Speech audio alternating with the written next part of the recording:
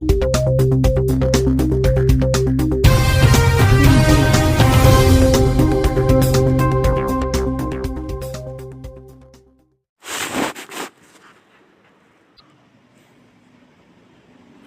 friends, welcome back to your YouTube channel. Hope you all are doing well. Till now we had completed 3 units of social movement. Now we are going to begin its last unit, that is contemporary social movements in India, in which we today discuss about Dalit movements in India. Let's begin our topic. First of all हम जानेंगे कि Dalits कौन थे। Dalits वो section था people का जो कि बिलोंग करते थे फ्रॉम टू डिफरेंट कास्ट सब कास्ट्स इन इंडिया, जो कि डिप्रेस्ड क्लासेस थे।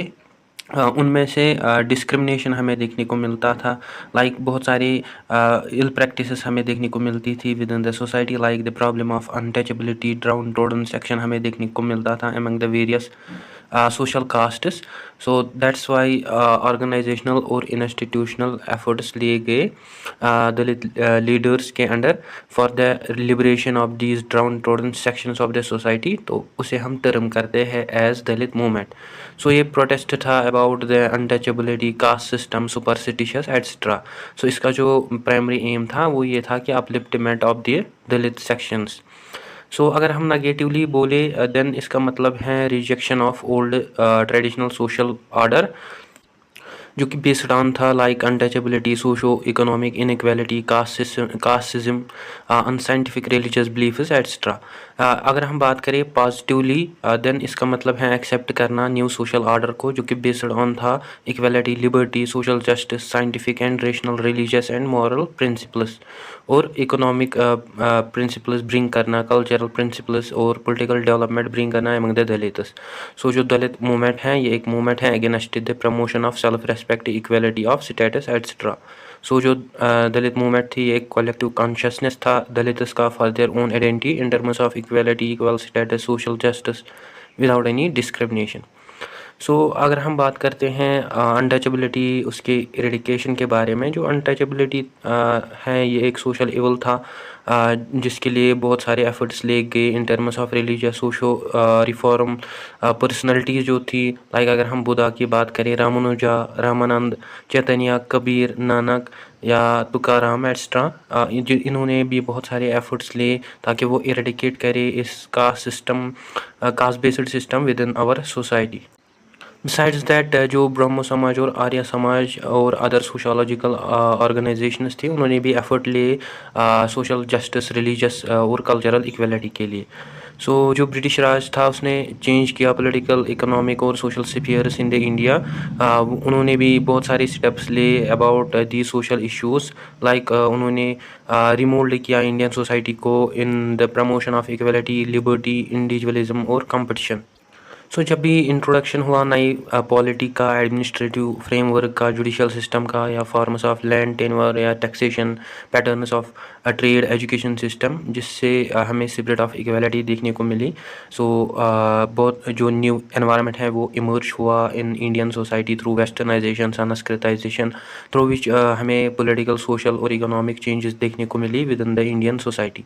एमंग द डिफरेंट क्लास जो था उनमें जो इंटेलेक्चुअल्स थे, लाइक अगर हम बी आर अम्बेडकर की बात करें जिन्होंने स्ट्रगल किए for the promotion of social equality, promotion of human rights etcetera. So जो डिप्रेस्ड क्लासेस थे उन्होंने भी एस्टेब्लिश किए बहुत सारी ऑर्गेनाइजेशंस को, लाइक अगर हम बात करें the all India depressed association, all India depressed class federation, ताकि वो अपनी कंडीशंस को इम्प्रूव कर सके। सो जो मेन एम था इन ऑर्गेनाइजेशंस का वो ये था कि इम्प्रूव करना socio economic conditions within the Dalit. So ये जो ऑर्गेनाइजेशंस थी इन्होंने ऑल्सो वर्क किया ताकि वो सिक्योर करे राइट्स ऑफ द दलित्स और उन्हें प्रोवाइड करे डिफरेंट फैसिलिटीज़, लाइक वो पानी ले सकते हैं ट्यूबवेल से, एडमिशन उनको देना है स्कूल्स में, वो यूज़ कर सकते हैं रोड्स, या उनको मतलब उनको परमिशन है पब्लिक टेम्पल्स में वर्शिप ऑफर करना। इसी तरह हमें महाद सत्याग्रह देखने को मिलती हैं जो कि एक आउटस्टैंडिंग मूवमेंट थी अबाउट द अनटचेबिलिटी सिस्टम, जो कि अगेंस्ट थी द डिस्क्रिमिनेशन के, जिसमें जो दलित थे उनको वाटर ड्रिंक करने के लिए नहीं दिया जाता था। सो जिसको लेड किया बाय अम्बेडकर। बिसाइड्स हमें ऑल इंडिया हरिजन सेवक संघ देखने को मिली, जो कि फाउंड की गांधी ने इन 1923 for the establishment of residential schools among the Dalits. Apart from this, जब कांग्रेस गवर्नमेंट पावर में आए तो बहुत सारी स्टेट्स ने स्टेप्स लिए under the government of India act 1935 ताकि वो रेस्टोर करे rights among the depressed classes. So Congress government ने बम्बई में पास किए Bombay Harijan temple worship for the removal of the disabilities within the society. So ये जो एक्ट था ये अलाउ करता था हरिजन्स को ताकि वो परफॉर्म करे अपने प्रेयर्स को in that temples. Besides that free education का प्रोविज़न हमें देखने को मिला for the Harijans from primary to university level. तो उसको इंट्रोड्यूस किया गया by the CR Das and Bihar and Congress governments अपने ओन प्रोविंसेस में। और जो रूलर्स थे डिफरेंट स्टेट्स के इंक्लूडिंग त्रावणकोर, इंदौर, उंदास, दिवास, उन्होंने भी बहुत सारे इनिशिएटिव्स लिए for the promotion of equality among the depressed class. Besides that हमें अनटचेबिलिटी ऑफेंसेस एक्ट देखने को मिला, जो कि जिसको पास किया गया for the violating norms against the Dalit sections, जिसमें पेनल्टीज देनी पड़ती थी जो कि वायलेट करते थे नॉर्म्स को। Besides as I already mention कि स्पेशल एजुकेशनल फैसिलिटीज़ को प्रोवाइड किया गया अमंग द हरिजन्स ताकि वो ओवरकम कर सके उनकी जो बैकवर्डनेस थी। और जो यूनियन और स्टेट गवर्नमेंट से उन्होंने भी स्टार्ट किए बहुत सारे ह्यूज सम ऑफ मनी ताकि वो रिमूव करे various social issues within the society, ताकि वो इंश्योर करे equality status among the Harijans. Now there are thousands of Harijans जो कि वर्क कर रहे हैं सेंट्रल और स्टेट गवर्नमेंट्स में। अब हम बात करते हैं about the dynamics of Dalit movements. So जो स्ट्रेटजीज़ थी, आइडियोलॉजीज़ थी या अप्रोचेस थी दलित मूवमेंट के, वो वेरी करते हैं from place to place, leader to leader, time to time. So जो दलित कॉन्शियसनेस है वो फोरस में आया among through different forms and shades, through which जो दलित लीडर्स थे उन्होंने भी फॉलो की प्रोसेस ऑफ संस्कृताइजेशन और वो एक्वायर करना चाहते थे higher position within the caste hierarchy. तो उन्होंने अडाप्ट किए जो भी ब्राह्मण मैनर्स थे उनको, like vegetarianism, use of sandalwood paste, wear sacred threads etcetera. So जो दलित लीडर्स थे, लाइक अगर हम बात करें स्वामी थयाक्या in Kerala, besides Pandi Sundar Lai Sagar UP, मूलदास वेश्या गुजरात, मुन वितोबा राजाजी पांडे महाराष्ट्र, और बहुत सारे लीडर्स ने एस्टेब्लिश किए और अडाप्ट किए cultural norms practices of the higher castes. So जो ये कॉपी करने का सिस्टम था है अमंग कॉपी सिस्टम, मतलब कॉपी करने का सिस्टम था हायर कास्ट्स को। So among Dalits one of the example है right to equality due to the unfair treatment among Dalits. तो उन्होंने राइज़ की मूवमेंट जिसे हम आदि हिंदू मूवमेंट कहते हैं। सो इसमें सर्टेन दलित्स लीडर्स जो थे वो बिलीव करते थे कि जो दलित्स थे वो ओरिजिनल इनहेबिटेंट्स हैं, बाशिंदे हैं इंडिया के, और जो कि हिंदू से बिलोंग नहीं करते थे। सो जो आर्यंस और ब्राह्मण्स थे जिन्होंने इंडिया को इन्वेड किया था और उन्होंने फोर्सफुली इम्पोज किए यहाँ पे problems like untouchability, caste system etcetera. इसके अलावा वो बिलीव करते थे कि जो हिंदुज़म है इसको हम डिस्कार्ड कर सकते हैं और ऑटोमेटिकली जो अनटचेबिलिटी की प्रॉब्लम है वो एंड आएगी।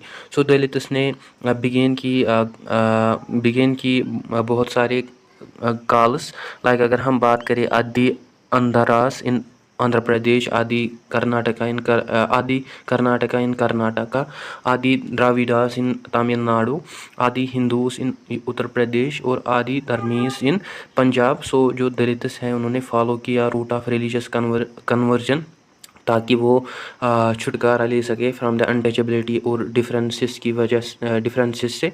सो large number of people of Dalits जो थे उन्होंने कन्वर्ट किया into the Christianity in the Kerala region, और सम दलित्स ने कन्वर्ट किया Sikhism into the Punjab region. So जो दलित्स हैं इन्हें हम आल्सो मजहबीस और नामदेरस और कबीर पानेतीस के नाम से भी जानते हैं। और जो दलित्स हैं वो कन्वर्ट हुए also with in the Buddhism religion. जैसे कि अगर हम बात करें डॉक्टर अम्बेडकर की, जिसने कन्वर्ट किया अपना रिलीजन इनटू द बुद्धिज़्म और अपने फॉलोअर्स के साथ इन नागपुर इन 1956। बिसाइड दैट जो दलित लीडर्स हैं उन्होंने फाउंड किए अपने ओन सेक्टर्स ऑफ रिलीजन, जिसमें जो गुरु घासीदास हैं मध्य प्रदेश के, उसने फाउंड किया सतनमी सेक्ट। ग्रति चंद ठाकुर ने फाउंड किया मौता सेक्टर। सेम एज आर्यन सिबजे सदाजना परिधान योगम और मंगूराम पंजाब, उन्होंने भी फाउंड किया आदि धर्म। सो बहुत सारे अटेम्प्ट्स लिए गए ऑर्गेनाइज करने के लिए दलित्स को, पर्टिकुलरली फाइट करने के लिए against the various socio economic problems, जिसमें जो डॉक्टर अम्बेडकर हैं उसने फाउंड किया इंडिपेंडेंट लेबर पार्टी इन 1936 और उसने एबॉलिश किया कोटी सिस्टम, जो कि बहुत ही एक्सप्लॉइटिव सिस्टम था, Konkan part of the Maharashtra, और वेटी और महाकन सिस्टम, जो कि एक वेज फ्री हेरिडिटरी सिस्टम था अमंग द हिंदूज। सो उसने आल्सो कन्वे किया गवर्नमेंट को कि वो रिक्रूट करे महारस को इन मिलिट्री। अल्टीमेटली वो सक्सेसफुल हुए 1941 में, जब फर्स्ट महार रेजिमेंट को फॉर्म किया गया। With the growing pace of modernisation और डेमोक्रेटाइजेशन, जो अम्बेडकर हैं उसने डिमांड किए advocate representatives for Dalits in the legislature in the administration. So government of India act 1919 also 1 seat provide करता है among the depressed class in legislative assembly। and similarly 1932 जो British government है वो अनाउंस करती है रामसे मैकडोनाल्ड कम्युनल अवार्ड। ये जो award है ये बात करता है about the separate electorates among the depressed class, due to जो महात्मा गांधी हैं उसने प्रोटेस्ट किया अगेंस्ट इट।